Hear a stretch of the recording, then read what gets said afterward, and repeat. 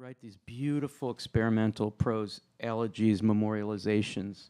One we could look at is in the new book, Local Obits, which is just one-line obits. You know, what can we remember an example? You know, Robert 91 liked to hoe the garden or something. Yeah, you just could make them up. I did make that up. Shelley, 61, loved crossword puzzles Yeah. and spending time with her grandchildren. So sad and so amazing that a life could be rendered that way. But the one I was hoping you would read, it's a bit long, but a good way to end, is How Shall I Mourn Them, which is on 697. Are you okay reading that piece? Mm-hmm.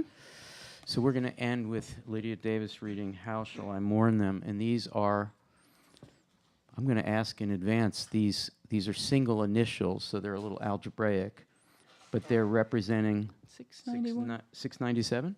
Okay. I might have it wrong. Yeah, algebraic. Yes, so you refer to someone as R instead of by the name, but they are people, actual people.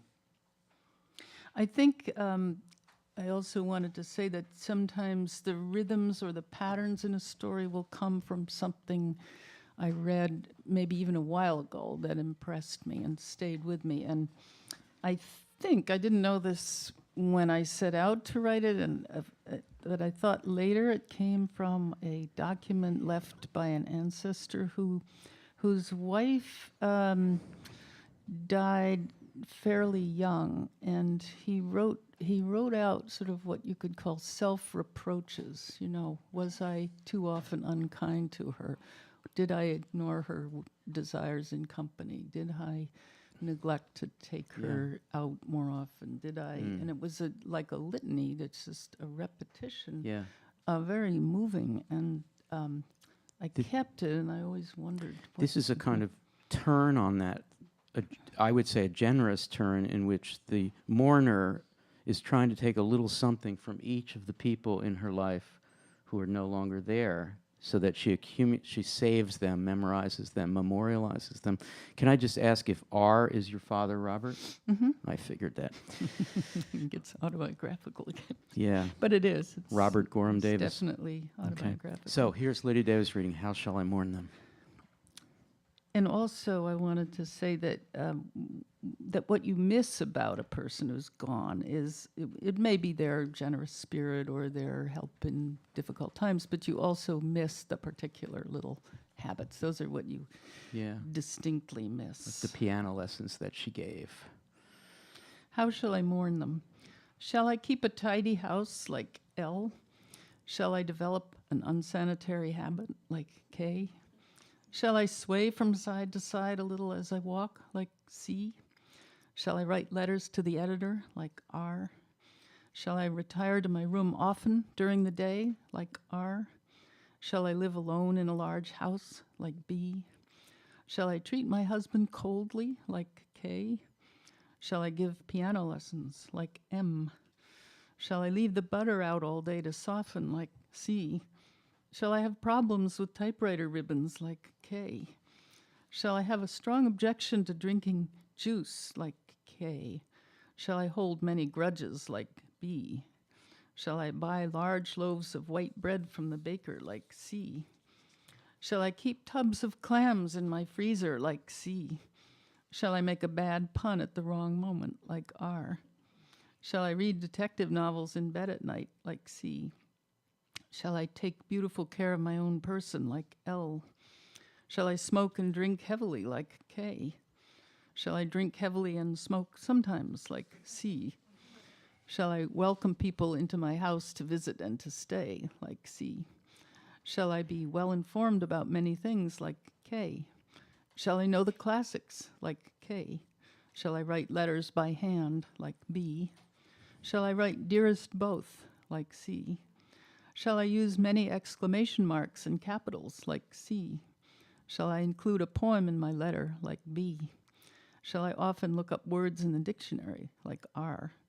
Shall I admire the picture of the beautiful president of Iceland like R?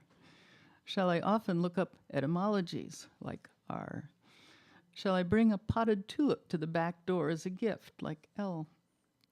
Shall I give small dinner parties like M? Shall I get a little arthritis in my hands like C? Shall I keep a gray dove and a gray hound like L? Shall I play the radio by my bed all night like C?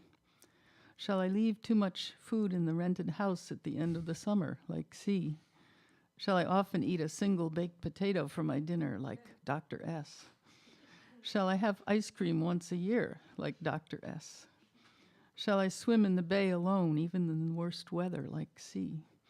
Shall I drink vegetable cooking water like C? Shall I label my folders in shaky handwriting like R? Shall I chew my food slowly and thoroughly like Dr. S? Shall I walk by the canal like B? Shall I take my guests along the canal like B?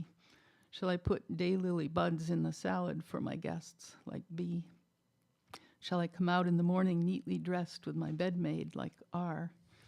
Shall I have my first cup of coffee at 11 o'clock like R? Shall I lay out the forks in a fan and the napkins in a row for company like L? Shall I make pancakes in the morning when traveling like C? Shall I carry liquor in the trunk of my car when on holiday like C? Shall I make an oyster stew on New Year's Eve that is full of sand like C? Shall I hand a knife carefully to another person, handle first like R? Shall I speak against my husband to the grocer like C? Shall I always read with a pencil in my hand like R? Shall I hug my bereaved children too long and too often like C? Shall I ignore health warnings like B? Shall I give gifts of money freely like C?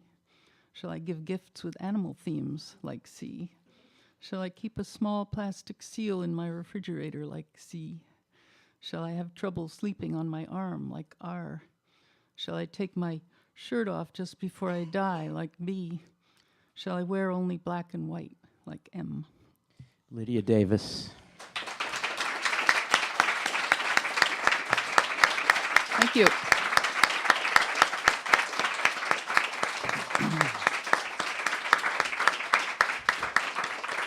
Lydia Davis, Writers House Fellow.